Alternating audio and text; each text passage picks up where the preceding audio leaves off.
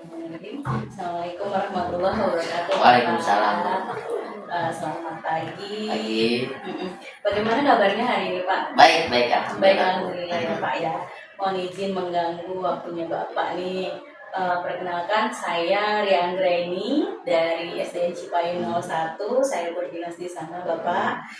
Pertama-tama saya mau mengucapkan terima kasih banyak nih, Pak ya, sudah meluangkan waktunya sehingga kita bisa bertemu di sini.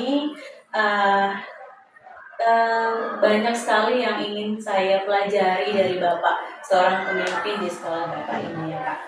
Terkait tugas saya sebagai calon guru penggerak angkatan 7A, terutama di bagian modul 3.1 demonstrasi kontekstual terkait pengambilan keputusan berbasis nilai-nilai kebajikan, terutama sebagai pemimpin Bapak.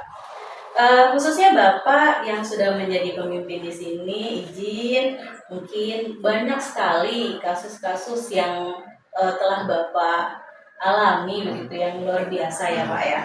Nah, di sini saya hadir ingin belajar banyak nih sama Bapak. Boleh ya Pak ya? Boleh. Boleh ya Pak ya.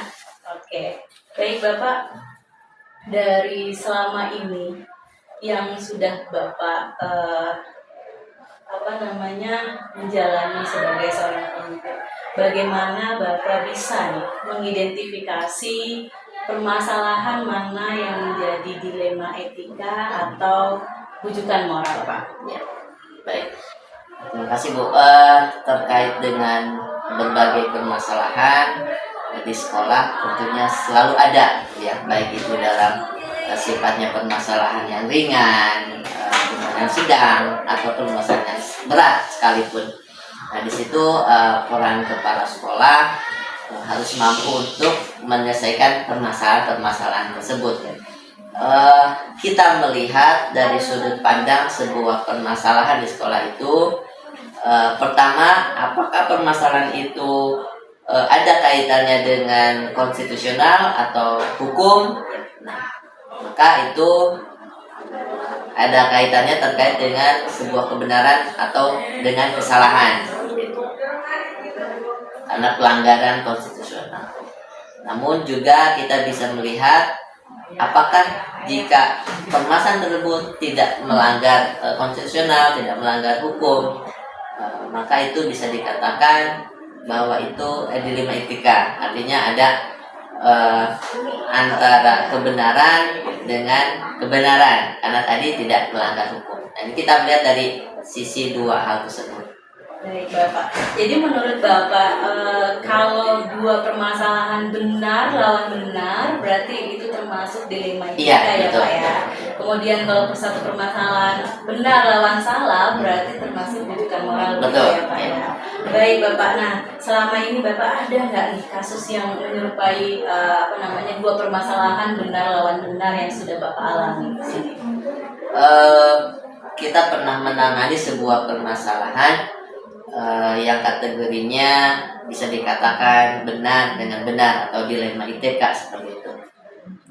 Ada sebuah permasalahan yang terjadi di siswa kelas 7 di sekolah kami. Kebetulan sekolah kami ada sekolah inklusi, di mana siswa-siswa sekolah kami menerima murid-murid yang special need atau peserta didik berkebutuhan khusus seperti itu.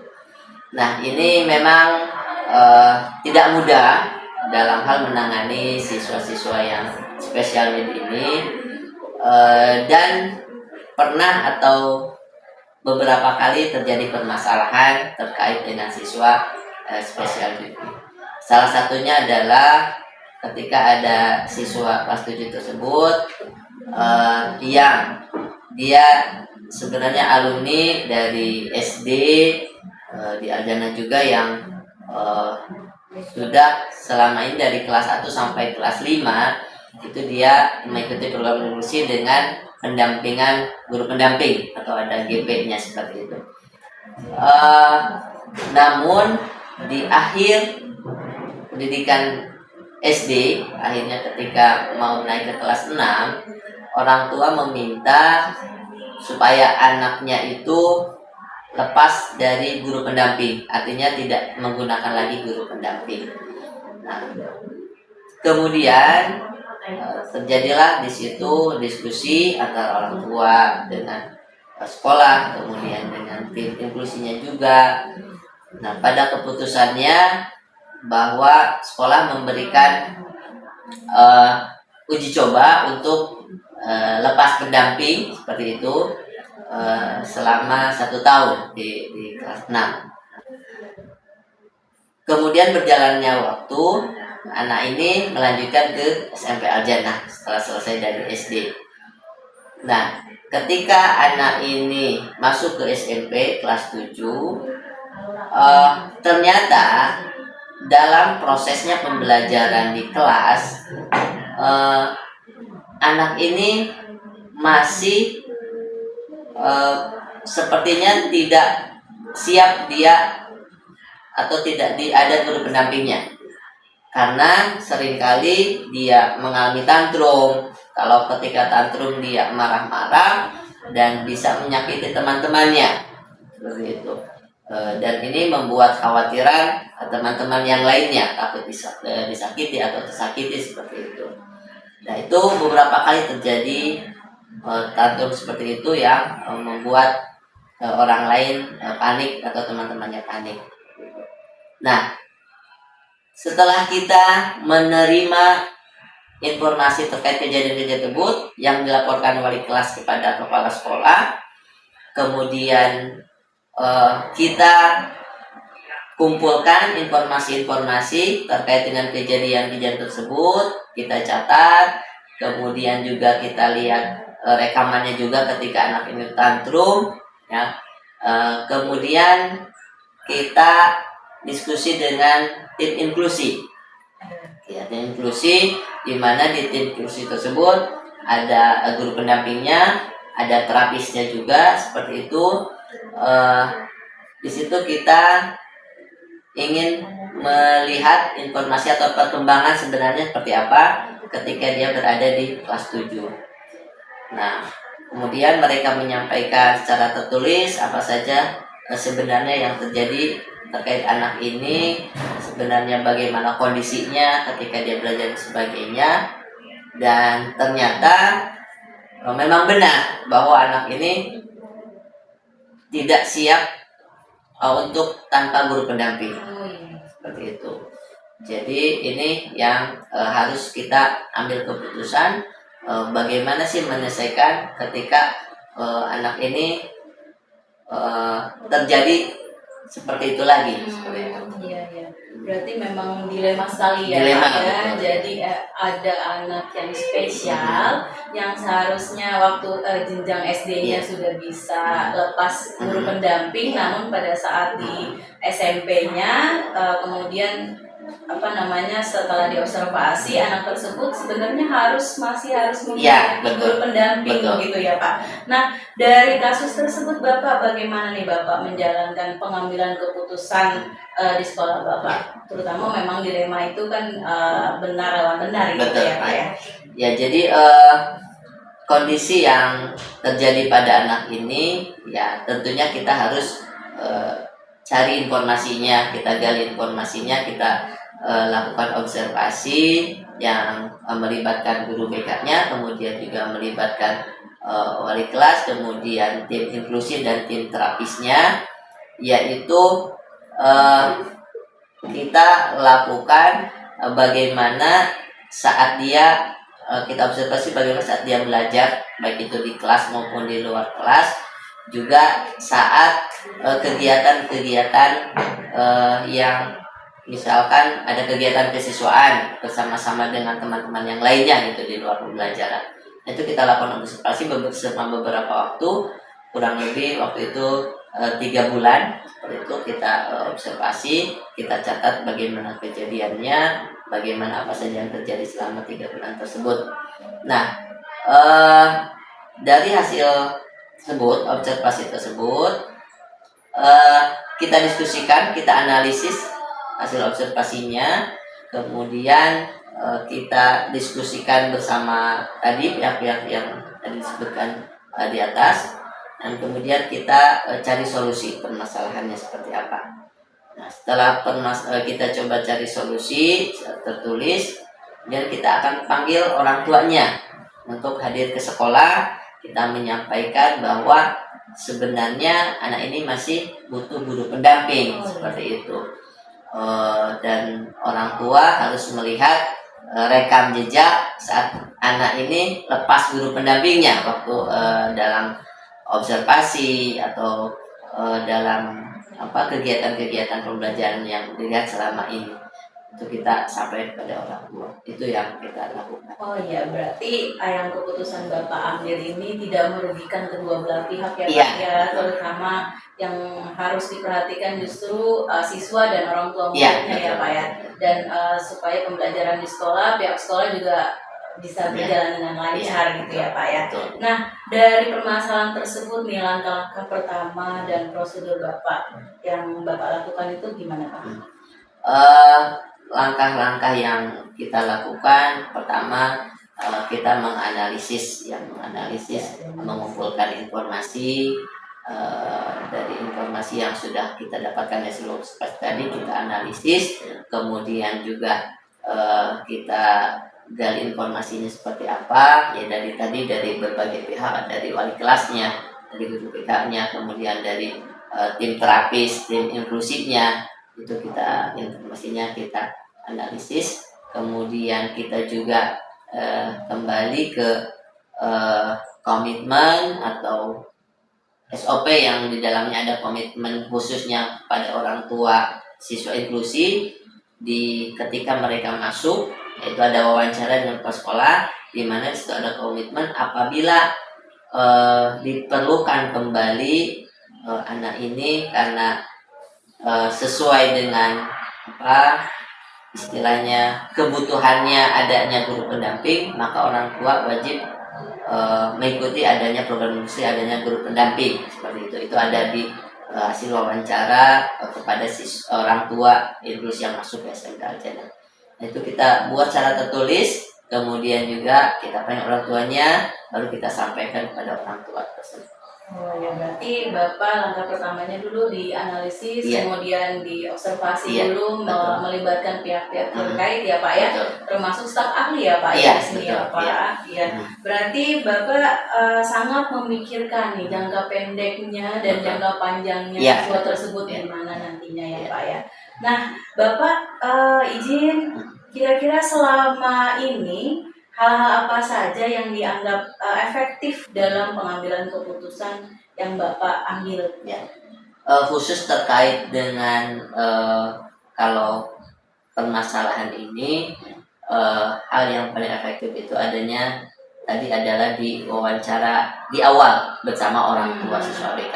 Nah, disitulah bahwa anak berkebutuhan khusus agak sedikit berbeda dengan siswa reguler lainnya, di mana ketika anak ini memang butuh sebuah pelayanan yang individual, nah, maka ini adanya di program inklusi yang mau tidak mau orang tua harus ikuti seperti itu. Nah, itu disitulah ada penguatan, ada komitmen, ada tanda tangan orang tua ketika mereka mulai atau masuk ke SMK Al-Jannah seperti itu yang paling efektif dalam terkait kasus ini ya seperti itu. Berarti didiskusikan ya Pak ya bersama dengan orang tua siswa ya Pak ya, dan kemudian membuat komitmen ya Pak ya. Oke, baik Bapak. Kemudian hal-hal apa saja nih yang merupakan tantangan nih? Pasti ada dong Pak tantangannya nih dalam kasus ini ya, dalam Bapak mengambil keputusan yang dilema etika ini. Ya, tantangan terbesar adalah satu terhadap siswa yang lain. Oh iya. Ya, karena siswa lain merasa tidak nyaman, terancam, atau takut tersakiti. Nah, itu kan dari segi itu bagaimana kita memberikan pemahaman kepada siswa reguler yang lain ketika si anak ini tantrum. Kemudian yang kedua adalah kepada orang tua juga, orang tua dari siswa reguler, karena terkadang siswa orang lain akan menanyakan sebenarnya kondisi anak yang spesial ini seperti apa dalam hal penanganannya, sehingga kalau mereka atau anak ini menyakiti ke anak yang reguler itu, ya, pasti mereka tidak mau seperti itu ya, seperti itu. Kemudian yang tantangan berikutnya juga adalah kepada orang tua siswa ABK itu sendiri. Nah, kadang-kadang mereka berpendapat sebenarnya bagaimana pihak sekolah untuk menyiapkan atau menangani siswa ABK seperti anak saya. Seperti itu. Bagaimana regulasinya, bagaimana SOP-nya, kok anak saya bisa sampai tantrum atau bahkan menyakiti siswa yang lain. Itu yang tantangan terbesar sebenarnya, harus kita berikan pemahaman pada masing-masing tersebut. Oh iya, berarti complicated ya Pak ya, Iya, tantangannya ya Pak ya. Satu dari justru malah dari orang tua siswa reguler ya Pak ya. Memang itu perlu kita perhatikan juga ternyata ya. Karena siswa yang spesial itu mungkin sangat memungkinkan untuk mengganggu siswa reguler ya Pak ya. Kemudian tantangan yang kedua mungkin dari fasilitas sekolah nih, orang tua siswa yang spesial tadi menanyakan bagaimana penanganan dari pihak sekolah terhadap putranya, begitu ya Pak ya. Tapi pihak sekolah bagaimana Pak? Sudah memfasilitasi itu semua? Tentu kita jelaskan ketika orang-orang atau pihak-pihak bertanya terkait bagaimana sih proses pelayanan kepada siswa inklusi, itu kita jelaskan ya. Artinya sekolah berupaya semaksimal mungkin untuk bagaimana menangani ketika ada siswa yang tantrum, anak spesial ini tantrum, apa yang harus dilakukan oleh guru yang lainnya atau orang dewasa yang ada di sekitarnya, kemudian fasilitas apa aja yang kita miliki untuk memberikan pelayanan. Misalkan kita ada punya guru terapisnya, kita punya ada tempat untuk melakukan terapinya, seperti itu juga kita jelaskan. Oh ya, berarti keputusan yang Bapak ambil nih berdasarkan kepedulian ya Pak? Iya, betul. Ya peduli sekali atas orang tua yang memang memiliki anak yang spesial ya Pak ya. Baik Bapak. Nah, apakah Bapak memiliki sebuah jadwal tertentu saat menyelesaikan kasus-kasus tersebut Pak? Secara jadwal itu memang tidak ada. Artinya ketika ada permasalahan tentu kita harus langsung melakukan tindak lanjut. Jadi baik kasus seperti karena ya sebenarnya kita tidak ingin ada permasalahan ya dalam proses pelayanan pendidikan. Tapi mau tidak mau ketika ada permasalahan harus segera kita tindak lanjuti. Pastinya itu kita melibatkan pihak-pihak yang memang terlibat dalam permasalahan tersebut. Berarti memang tidak ada jadwal khusus ya Pak ya, karena nggak mungkin kita menjadwalkan hari Minggu ini ada permasalahan, minggu depan ada permasalahan lagi ya Pak ya. Jadi setiap ada permasalahan selalu ditindak lebih cepat, lebih baik begitu ya Pak ya. Baik Bapak, terima kasih. Kemudian kira-kira nih Pak, ada nggak nih orang-orang atau faktor-faktor yang selama ini nih Bapak bisa mempermudah atau membantu Bapak dalam pengambil keputusan? Contohnya mungkin kasus tadi Pak. Untuk kasus tadi yang memang kita libatkan dalam penanganan permasalahan ini, pertama tentu gurunya, wali kelasnya, kemudian juga guru BK-nya, kemudian tim inklusi, tim terapis, di mana kami ada sebuah tim namanya tim inklusi. Di dalamnya ada guru pendamping, kemudian ada terapis, dan juga ada konsultannya, seperti itu. Itu yang dinamakan di kita tim inklusi, seperti itu. Setelah itu juga kita orang tua itu sendiri yang kita lakukan untuk berkomunikasi. Oh ya, berarti memang banyak nih Pak yang dilibatkan ya. Betul. Khususnya kasus ini ya Pak ya. Alhamdulillah di Sekolah Al-Jannah ini memiliki tim yang lengkap nih Pak, kayaknya tim ahlinya ya Pak. Ada guru pendamping dan terapisnya ya Pak ya.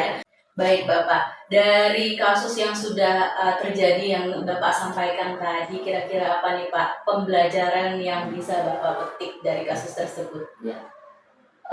Dari kasus tersebut kita mendapatkan sebuah pembelajaran bagaimana bahwasannya anak-anak spesial need ini membutuhkan kita, membutuhkan guru-guru, membutuhkan teman-temannya juga yang bisa memahami mereka juga gitu, seperti itu.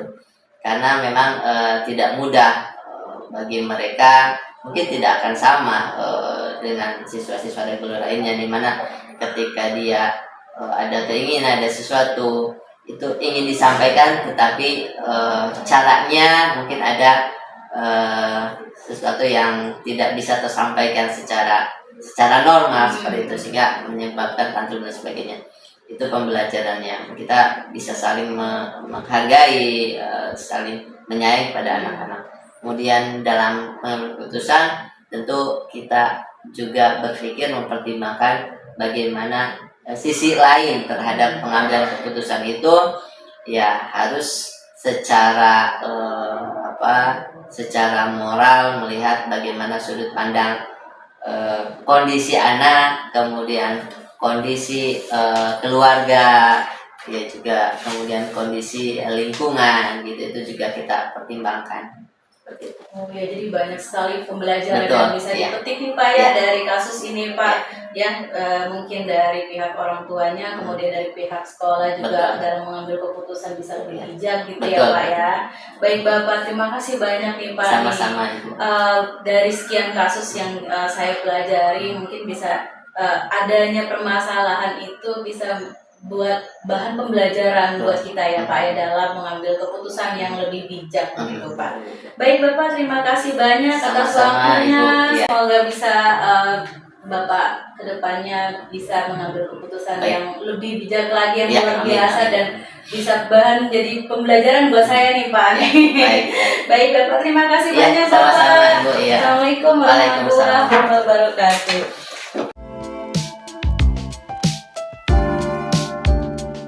Bismillahirrahmanirrahim. Assalamualaikum warahmatullahi wabarakatuh Ibu. Waalaikumsalam warahmatullahi wabarakatuh. Gimana kabarnya Ibu hari ini? Alhamdulillah sehat, Buria. Buria sehat. Alhamdulillah sehat Ibu. Ya, sebelumnya aku mau minta maaf nih, ganggu waktu Ibu ya Bu hari ini ya Bu ya. Ya, biasa aja. Jadi terima kasih banyak. Alhamdulillah Ibu punya waktu yang luang hari ini sehingga kita bisa berdiskusi ya Bu bareng di sini ya Bu ya. Banyak sekali yang ingin saya pelajari dari sosok Ibu nih, seorang pemimpin ya Bu. Waduh. Ayo. Terutama terkait tugas saya sebagai calon guru penggerak angkatan 7 di bagian modul 3.1 demonstrasi kontekstual terkait pengambilan keputusan berbasis nilai-nilai kebajikan, terutama untuk seorang pemimpin.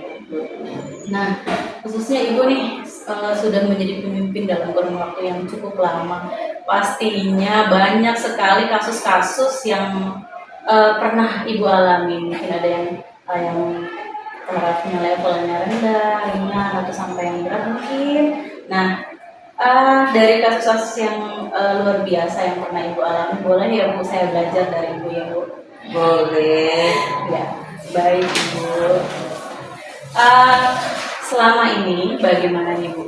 Ibu bisa mengidentifikasi kasus mana yang termasuk dilema etika, yaitu ada dua kasus yang sama-sama benar, atau kasus bujukan moral itu? Baik. Untuk mengidentifikasi, tentunya saya kerjasama dengan Bapak Ibu guru. Nah, kalau kaitannya dengan para siswa ya, kita kerjasama dengan Bapak Ibu guru. Kemudian kapan itu dilaksanakan? Kebetulan kita kan ada jadwal ya, setiap seminggu sekali kita untuk evaluasi pembelajaran. Jadi di situ saya selipkan sambil menanyakan apakah ada kasus di pembelajaran seminggu kemarin gitu. Alhamdulillah Bu aman. Alhamdulillah. Oh ada Bu. Ya kita dengarkan apa kasusnya. Dari situ maka saya akan bisa menjaring informasi apa yang terjadi seminggu kemarin dalam proses pembelajaran di SDP. Oh gitu ya Bu ya. Berarti kalau misalkan kasus yang termasuk dilema etika itu berarti dua kasus yang mungkin sama-sama benar ya Bu. Baik. Nah, Jadi gini, alhamdulillah sih kalau kasus di sekolah kita, Buria juga tahu ya, kita nggak ada sih yang kasus kaitannya dengan moral tadi Iya, ya, betul. yang hukum ya, Mm-mm. nggak ada, insya Allah nggak sampai segitulah. ya. Jadi mungkin dengan yang kasus yang berkaitan dengan yang etika mungkin ada gitu ya, yang tidak berhubungan dengan hukum. Karena permasalahan yang terjadi di setiap keluarga pasti ada, Siap. gitu ya. Entah diawali dari orang tuanya yang pisah, entah diawali dengan latar belakang ekonomi, entah proses pembelajaran sendiri yang tidak menarik, banyak hal tentunya. Iya, iya. Gitu. Jadi berarti kalau dilematika benar lawan benar gitu ya Bu ya. Kalau rujukan moral benar lawan salah, dan insya Allah mudah-mudahan rujukan moral tidak ada di sekolah kita ya, Insya Bu, Allah ya. nggak ada yang benar lawan salah. Iya. Itu namanya kan Iya. tidak sesuai dengan hukum Tidak kan? sesuai, ya. Itu siap. Baik Ibu. Nah, selama ini bagaimana nih Ibu menjalankan pengambilan keputusan di sekolah Ibu ya?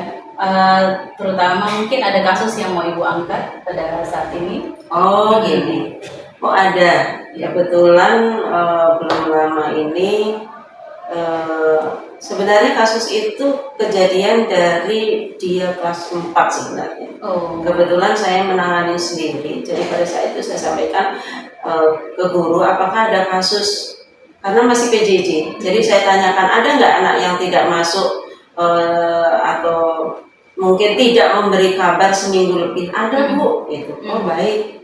Kenapa kendalanya? Ternyata kendalanya orang tuanya bisa, gitu ya. Si anak tersebut perempuan, itu anak sebenarnya pinter. Kemudian orang tuanya bisa. Kemudian ayahnya ini kerjanya jauh, ya kerjanya jauh. Ibunya entah kemana, ditinggal aja. Sehingga anak ini bingung. Dia itu mau ikut neneknya, ikut tantenya, atau ikut omnya, gitu. Kemudian akhirnya saya ngobrol dengan gurunya. Saya minta nomor HP dari keluarga tersebut, gitu. Sekarang ini anak ada di rumah Om enggak Bu, sekarang ada di rumah nenek, gitu. Baik, bolehkah saya minta nomor teleponnya? Boleh, saya telepon lagi. Iya Bu, anaknya sedang ada di sini, gitu. Tapi akhirnya saya ajak ngobrol, kendalamu apa nak? Nggak punya HP Bu. Terus gimana?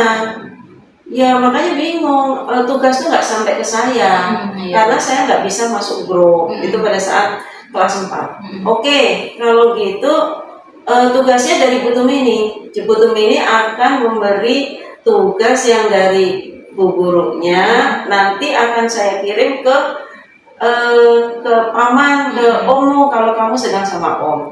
Akan saya kirim ke nenek kalau kamu sedang sama nenek. Jadi rupanya anak itu nggak menetapnya, nggak seminggu ikut nenek, seminggu ke tante, seminggu ke omnya. Kasihan ini anak. Jadi awalnya kok gitu tuh. Oh, jadi dilematik sekali ya Bu ya. Itu anak memang memiliki problem keluarga ya, latar belakangnya, sehingga terkendala dalam pembelajaran di sekolah gitu ya Bu ya. Baik Ibu. Nah, langkah-langkahnya atau prosedur Ibu seperti apa nih setelah kasus itu ter-up gitu ya? Langkah-langkah yang Ibu ambil kira-kira bagaimana Ibu? Oke, ini cerita yang kelas 4 dulu ya. Kelas 4 dulu, akhirnya saya kasih solusi gitu. Oke, kamu mengerjakan tugasnya setelah HP-nya, namanya kalau di tempat om, HP-nya omnya sudah pulang kerja, artinya gitu. Jadi memang terlambat mengumpulkan tugas, tapi nggak apa-apa. Ya, yang penting kalian tetap belajar. Materinya yang sudah di-share oleh bu guru, jadi akhirnya bu gurunya yang share. Gitu. Jadi tidak hanya saya. Kalau saya tanyakan gimana bu gurunya udah share materi, sudah Bu, baik pelajari materinya, kemudian dikerjakan tugasnya. Itu jalan akhirnya ya, sampai kelas 5 jalan ya. Kelas 5 semester 1 kan masih PJJ ya, masih jalan alhamdulillah itu. Walaupun tapi di kelas 5 itu rupanya dia itu ikutnya tidak sama nenek, tante dan omnya tadi. Oh gitu. Jadi dia akhirnya dititipin oleh ayahnya ke bukan saudara, kekenalan ayahnya yang masih satu kampung. Oh gitu. Jadi anak itu nggak tahu kenapa yang tadi mungkin apa sepertinya keluarganya nggak ada yang mau bertanggung jawab. Udah nak kamu ikut saya, pokoknya nggak gitu. Oh, iya. Mereka pindah-pindah tuh yang waktu di kelas 4 itu. Nah akhirnya dia ikut bapaknya. Ikut bapaknya ternyata kan jauh karena Iya. bapaknya itu kerjanya di Blok M jadi satpam. Sehingga dia dititipkan ke orang itu, gitu. Dititipkan ke orang untuk menjagain ini anak gitu. Anak itu dititipkan di situ ya dalam waktu lama sih sebenarnya dititipkan, tapi mungkin lama-lama dengan berjalannya waktu lama-lama nggak enak kali ya gitu dan sebagainya gitu.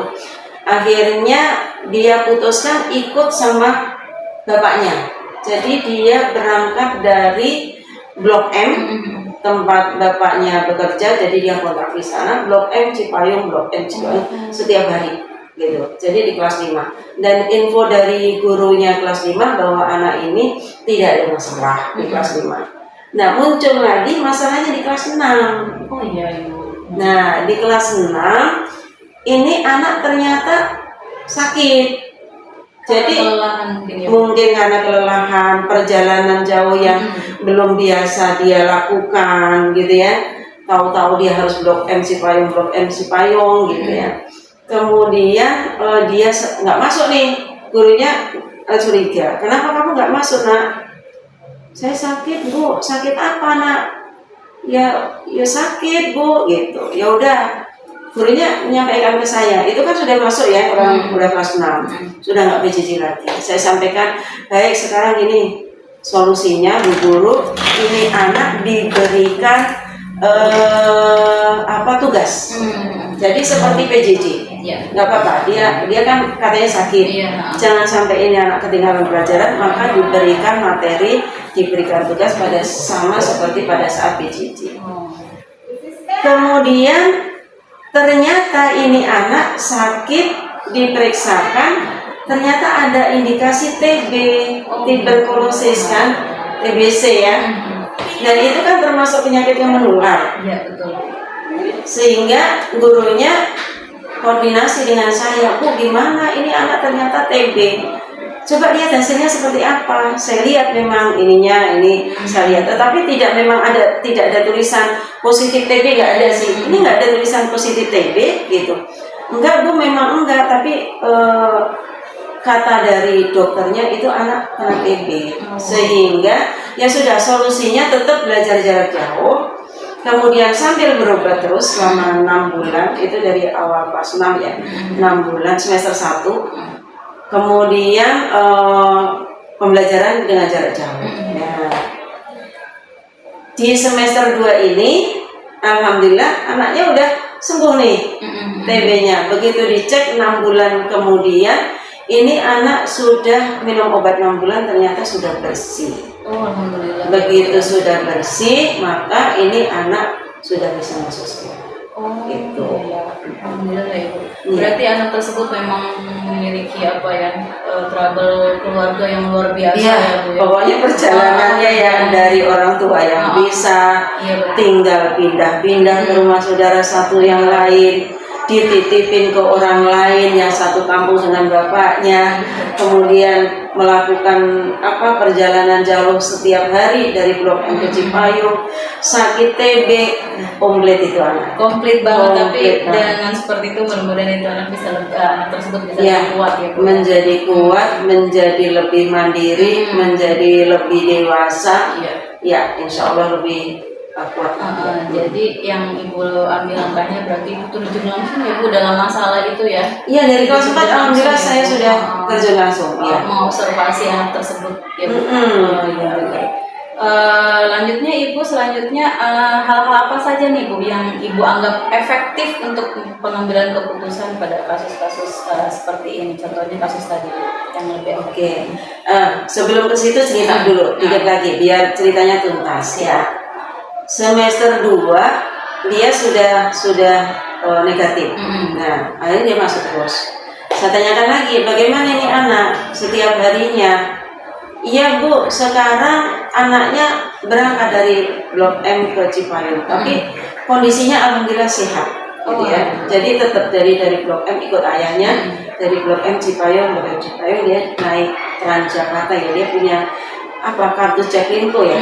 Nah sehingga dia bisa pakai kartu itu untuk transportasi dia dari Blok M ke sekolah. Dan alhamdulillah karena memang dasarnya anaknya pinter, kemudian semangat belajarnya tinggi gitu ya, kemudian rupanya hal yang menimpa dia ini jadi pembelajaran untuk dia, menggembleng dia menjadi lebih kuat gitu. Dan alhamdulillah sampai saat ini penilaian sumatif sekolah nggak terkendala, dan hari ini terakhir ya penilaian sumatif sekolah anak itu datang terus, nggak ada masalah. Iya, alhamdulillah Ibu. Terus yang apa tadi pertanyaannya? Yang Ibu anggap efektif nih untuk menyelesaikan masalah ini. Oh iya, dalam penyelesaian masalah itu yang saya anggap efektif adalah koordinasi saya, komunikasi saya dengan para keluarga. Ya, dari kelas 4 tadi sudah saya koordinasikan, kemudian saya cari solusinya, kemudian juga dengan gurunya, ya, kemudian juga dengan anaknya tersebut, dengan anaknya sendiri, saya melakukan komunikasi, memberi motivasi kepada anak tersebut, kamu pasti kuat, kamu pasti bisa, kamu pasti keren, dan ini semuanya akan membuat kamu menjadi anak yang lebih kuat, lebih baik lagi, gitu. Jadi kerjasama kita lah ya, kerjasama kita. Kepala sekolah, guru kelasnya, bahkan guru mapelnya juga memberi semangat gitu ya, dengan orang tuanya, dengan saudara-saudaranya, kita koordinasi. Ya. Berarti yang efektif menurut Ibu itu komunikasi ya, komunikasi dengan pihak-pihak terkait ya, Bu, ya, berdiskusi secara bersama-sama. Dan keputusan yang diambil oleh Ibu sebagai pemimpin sekolah tersebut apa, Bu? Memfasilitasi anak tersebut atau? Dari awal kan kita sudah fasilitasi ya. Fasilitasinya apa? Dari kelas 4 itu berarti di fasilitas dari sekolahnya memberi tenggang waktu ya, karena dia bisa mengerjakan tugas-tugas setelah HP-nya dari omnya selesai kerja, dari tantenya selesai kerja, karena dia punya HP sendiri gitu ya. Kita sudah fasilitasi tenggang waktunya. Kemudian saya juga ngobrol dengan gurunya bahwa ini anak diperhatikan gitu ya, pembelajarannya tetap jalan, itu termasuk fasilitas ya. Jadi termasuk yang dia tidak bisa untuk masuk ke sekolahan, maka dilakukan dengan pembelajaran secara PJJ, walaupun sudah masuk kenyataannya gitu, tapi nggak apa-apa karena dia TB tadi, jadi pembelajaran dengan PJJ gitu. Itu termasuk yang kita fasilitasi untuk anak tersebut. Ya, berarti Ibu memberikan kelonggaran ya, kelonggaran waktu ya untuk anak tersebut, Ibu ya. Kira-kira nih Bu, selama ini yang merupakan tantangan Ibu nih apa, Bu, dalam mengambil keputusan? Khususnya mungkin ada kasus-kasus lain atau kasus ini mungkin? Kasus ini aja ya, biar kita jadi satu kasus saja. Kendala dalam pengambilan keputusan. Jadi yang pertama itu adalah susahnya menghubungi orang tuanya, karena ibunya komunikasi, ibunya kan entah kemana ya. Kemudian bapaknya ada, tapi anak ini nggak ikut bapaknya karena bapaknya kerja jauh. Jadi saya tanyakan, minta nomor HP-nya gitu. Siapa yang diikuti? Oh, yang diikuti ternyata omnya, minta nomor HP omnya, minta nomor HP tantenya yang diikuti, minta nomor HP neneknya gitu. Jadi kendala saya tidak hanya menghubungi satu orang untuk menyelesaikan kasusnya ini anak, ternyata kan melibatkan omnya, tantenya, neneknya, kemudian bapaknya gitu kan, gurunya gitu, anak itu sendiri. Jadi itu jadi kendala. Beda dengan ini, anak itu berada di satu tempat dengan keluarganya, kita komunikasikannya dengan keluarganya gitu kan. Kalau ini selama di tempat omnya bagaimana, gini, setempat tantenya gimana, di neneknya gimana gitu. Jadi koordinasinya dengan orang. Komunikasinya Komunikasi. dengan orang. Jadi tantangannya itu komunikasi sama pihak keluarganya sendiri ya Bu ya. Iya. Bukan cuma satu orang gitu ya, Iya. melebar kemana-mana Melebar, ya Bu ya. iya, melebar, betul. Baik, dari tantangan Ibu, jadi Ibu mengambil keputusan bahwasannya bisa memberikan suatu kelonggaran ya mungkin atas dasar kepedulian dia. Bu. Pasti kita harus peduli dengan anak-anak kita karena itu sudah kewajiban kita. Iya, betul Bu. Mengkondisikan semua anak terlayani, dapat belajar dengan baik, tidak kurang suatu apapun, apapun kendala dia maka sekolah harus tahu itu. Ya, sampai Ibu terjun langsung ya Bu ya, biar Insya pengen tahu tuh Allah. gimana sih, apa sih yang terjadi di lapangan sebetulnya Iya. gitu ya Bu ya. Baik Ibu, pertanyaan selanjutnya Ibu, kira-kira Ibu punya nggak nih jadwal tertentu ya untuk menyelesaikan sebuah permasalahan? Baik.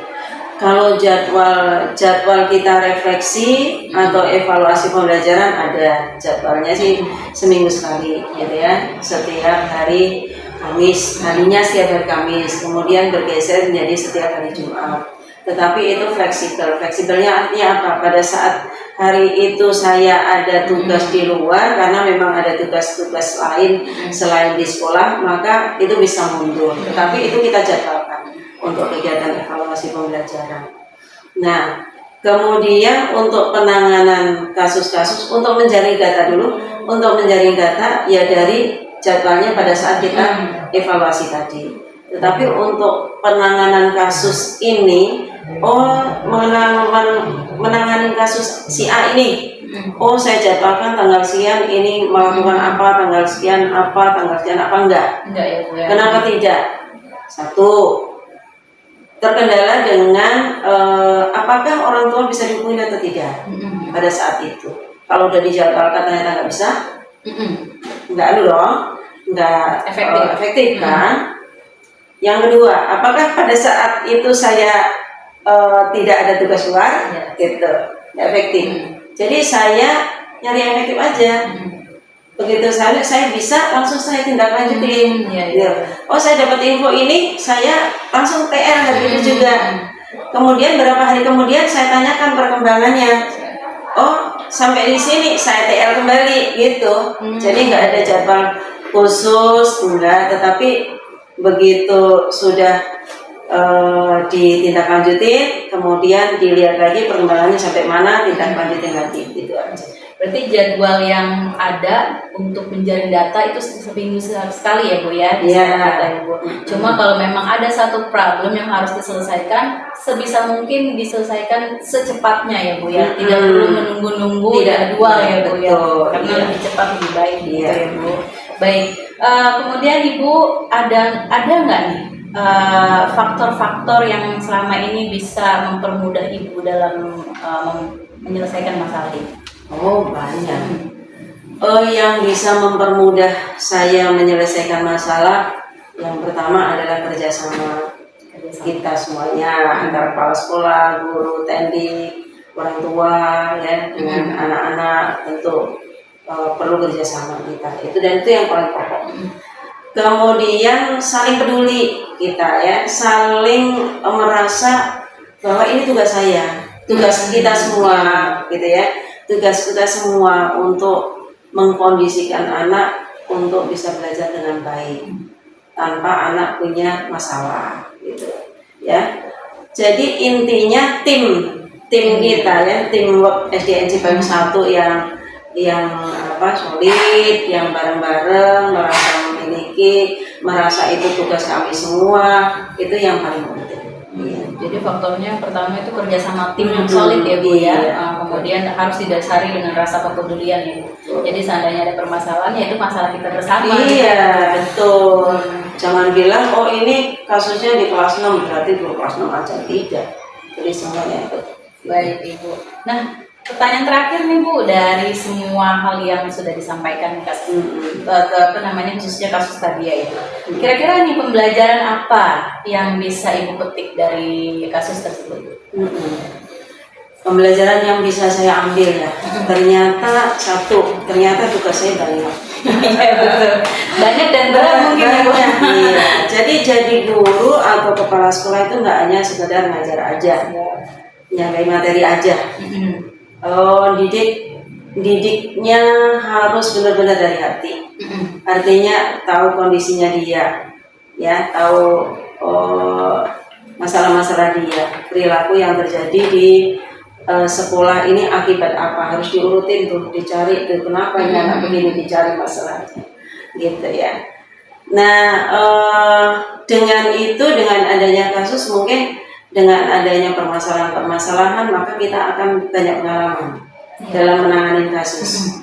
Pengalaman dalam menangani kasus akan membuat apa? Yang kita lakukan ini akan menjadi lebih baik, menjadi lebih sempurna, lebih komunikasi dengan banyak orang. Komunikasi dengan anak, penting banget itu. Anak yang diam, ternyata nggak ditanya-tanya, nggak tahu ada kasus. Makanya kita ajak ngobrol, gitu ya. Jadi itu yang bisa saya ambil gitu ya. Ternyata Bapak Ibu guru juga harus begitu. Jadi di kelas itu melihat anak ini kok diem aja, jangan diemin aja. Oh, beberapa hari ini anak diem aja, ditanya jawabnya seperlunya. Ditanya, diajak ngobrol, luangkan waktu 5 menit. Kamu kenapa nak hari ini kok ya? Nah, gitu ya, dipancing-pancing sehingga kita tahu apakah anak ini bermasalah atau tidak. Jadi gitu. Jadi kita akan semakin semakin peduli, semakin bisa melihat ini koknya ada anak bermasalah, dan kita akan semakin untuk membantu dia untuk menyelesaikan masalah itu. Empati kita semakin tinggi. Ya Bu. Jadi menurut Ibu adanya permasalahan yaitu banyaknya pengalaman ya Bu ya dalam menyelesaikan permasalahan tersebut ya Bu ya. Baik Ibu, terima kasih banyak nih Bu waktunya hari ini. Jadi banyak pembelajaran yang bisa saya ambil, terutama adanya permasalahan bisa menjadi pengalaman buat saya dalam mengambil keputusan yang mungkin bisa lebih bijaksana Bu ke depannya. Betul, memang harus bijaksana. Iya, doakan ya Bu, semoga bisa jauh lebih bijaksana seperti Ibu nih ke depannya. Saya juga harus banyak belajar. Ya, terima kasih banyak Ibu atas waktunya. Sehat selalu. Assalamualaikum warahmatullahi wabarakatuh. Waalaikumsalam warahmatullahi wabarakatuh.